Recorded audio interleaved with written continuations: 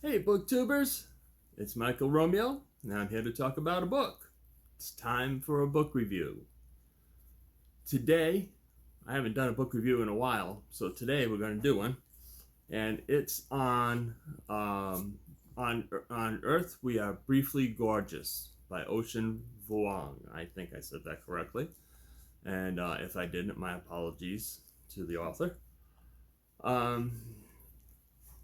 This was an interesting book. I go into every book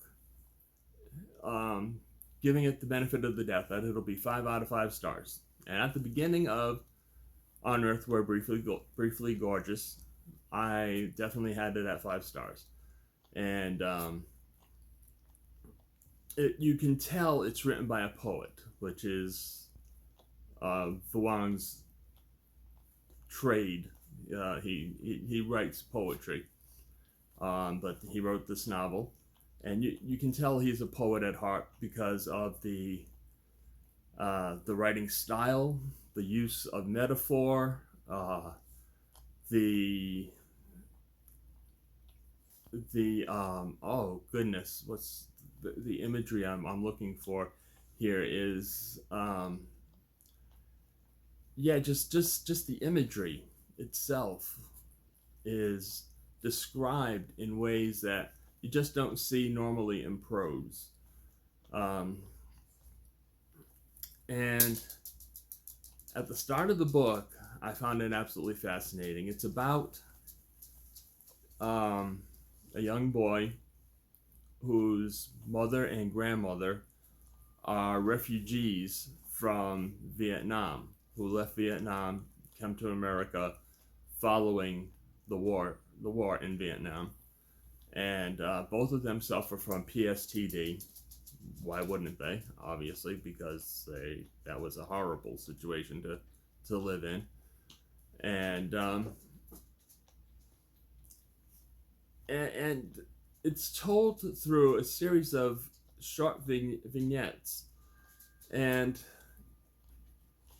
they were very, very fascinating, very interesting. Sometimes you struggle a little bit to figure out how one ties into another, because they blend. You're listening or reading, I should say,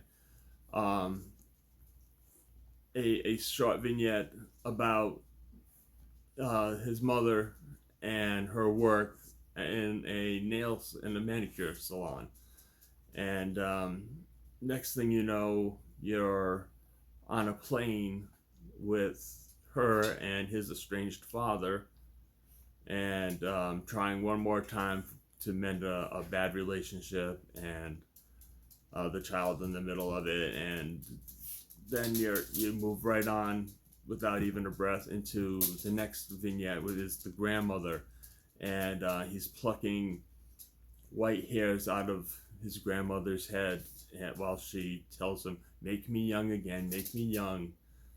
And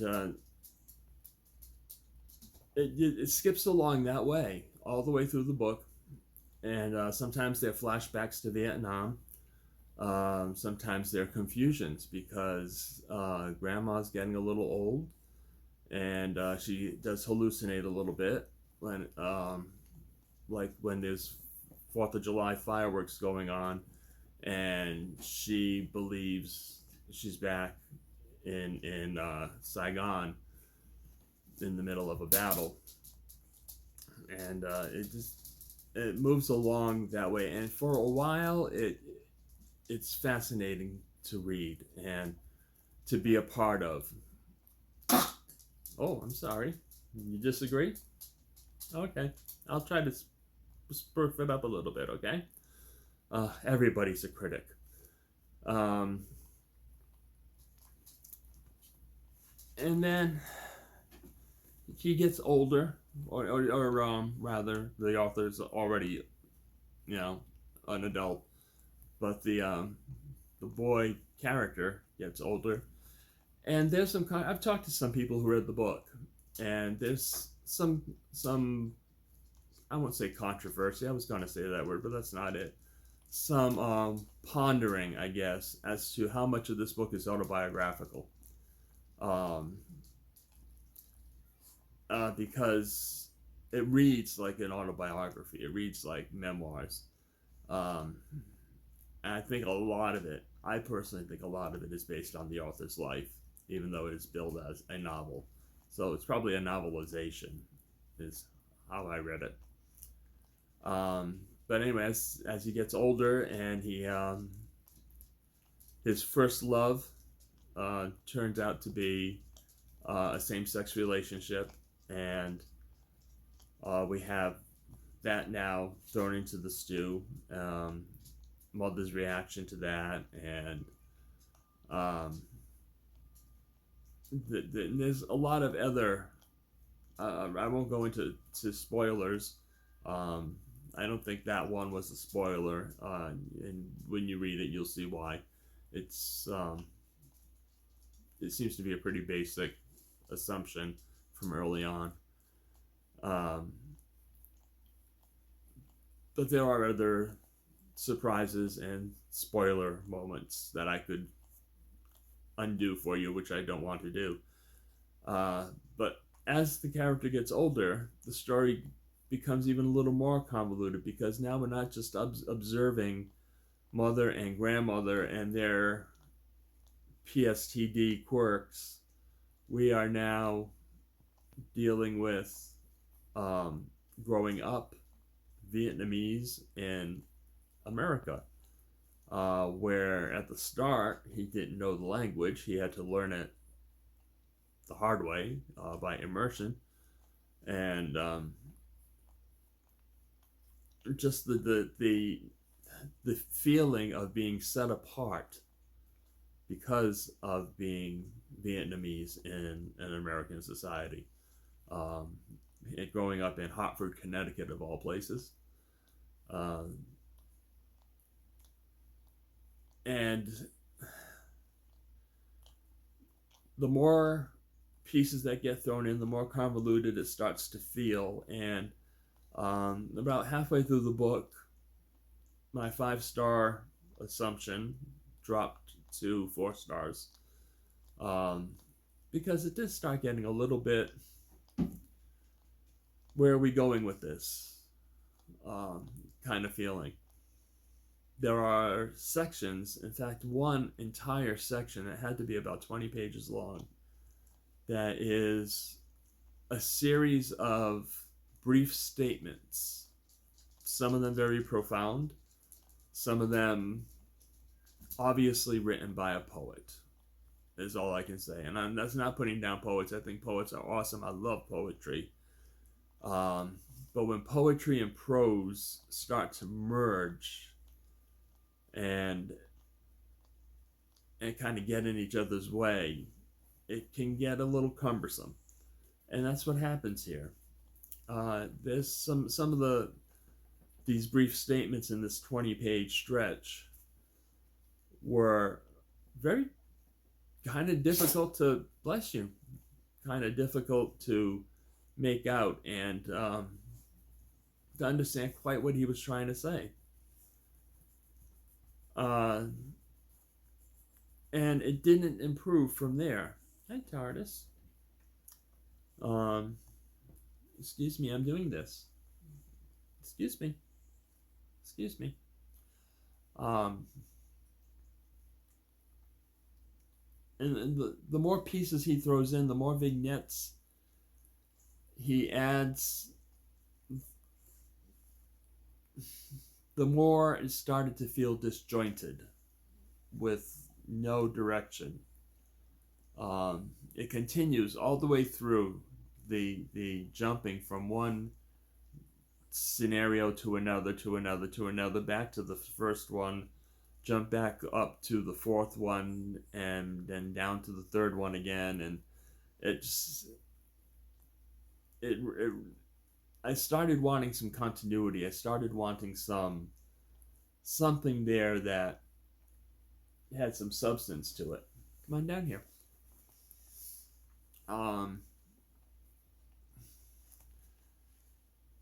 And then by the time I got to the end of the book, I had dropped it to 3 stars out of 5. Um, because I didn't feel that the end had any kind any kind of solution. There was no tying up of the loose ends, which I know life is sometimes like that. Um, but there was no gelling. There was um, no sense that he achieved anything that he was setting out to achieve in all the storytelling throughout the book. Uh, there was just no sense of this is done. It just felt like it stopped. It stopped. Um, so yeah, it went from 5 stars at the beginning because it was a really original style of writing, really original way of telling a story, down to the 4 stars because more pieces got brought in and it was just more of a mix. And again, no continuity. And then by the end, it was down to 3 stars because the end just didn't end. Um, there's a lot of talk lately about books having trigger warnings. Um, if that were to happen, this book would have a fistful of trigger warnings. So I will tell you what some of those triggers are in case it would make you want to avoid the book, because while he doesn't dwell on any one bad trigger for any length of time, the short time he spends on it is unflinching. And there was maybe one or two that hit me mildly and maybe kind of, this is uncomfortable, I don't like this. Um, which doesn't make me stop reading a book um, if it's done well. And I didn't stop reading this one. I read it all the way to the end. But some of those triggers, if you have a trigger for child abuse, you'll want to avoid it. If you have a trigger for drug abuse, and I'm talking heavy drug abuse, you'd want to avoid it. Uh, Mental health issues, especially PSTD, would be a trigger for some people. Abortion would be a trigger for some people. Um, if you're uncomfortable with same-sex relationships gone into in detail, then you want to avoid this because there is some detail. And what else is there? There's spousal abuse. There is death, dealing with death in the family, in the household. Um, a situation where one of the characters is passing away and the doctors just say, take this person home, there's nothing we can do. Give them whatever they want and just let them live out the last few days. Um, and that one's dwelt on for a little while. And I don't know. That was one of them that was a bit of a trigger for me because I have an issue with death of a close one, and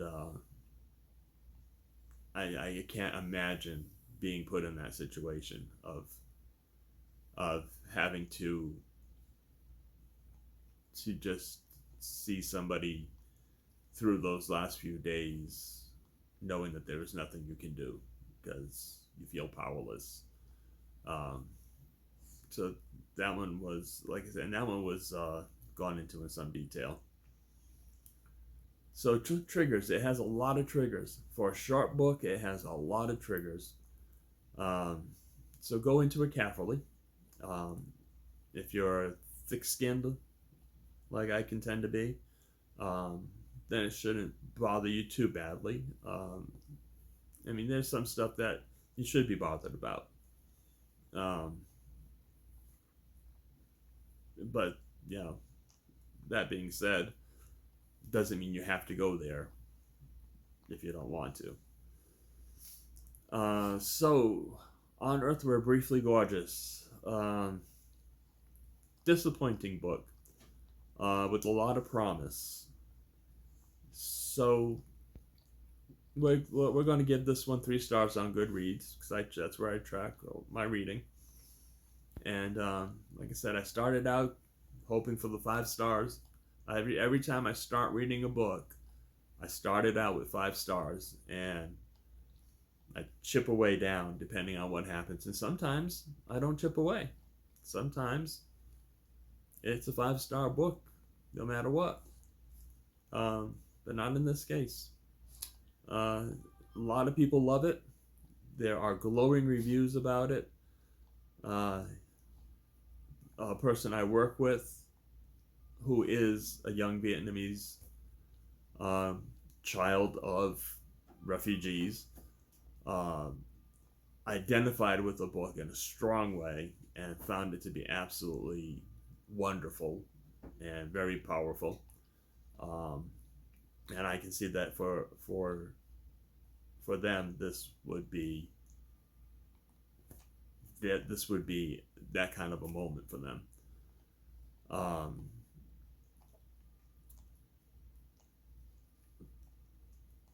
I guess I don't know quite how to wrap this up because I really don't like giving books bad reviews. But this one I felt was significant.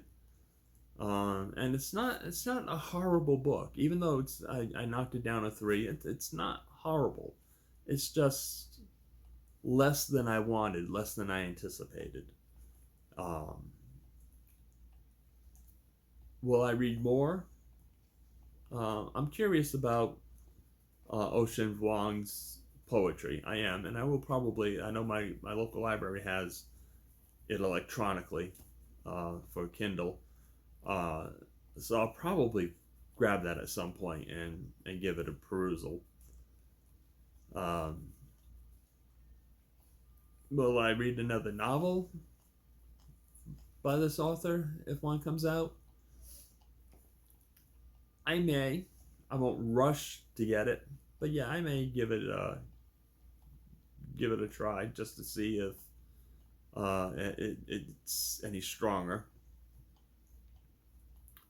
So that's about it for this book. And again, this is just my opinion. I am not a professional critic. This is just Michael Romeo talking about books. So if you're planning on reading it, don't let my 3-star rating deter you. Go ahead and read it. It's not one of these books, I've seen on BookTube people doing, I read this book so you don't have to. I read this book, and if you want to, go right ahead. Because you may have a totally different take on it.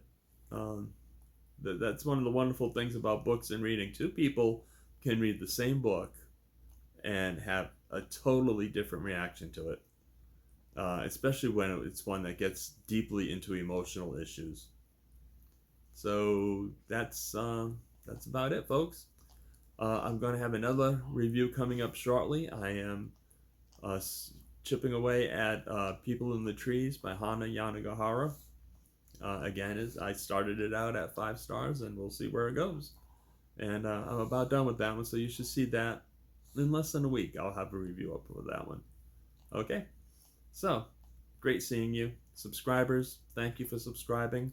Thank you for coming back and viewing my my content. Visitors, glad you're here.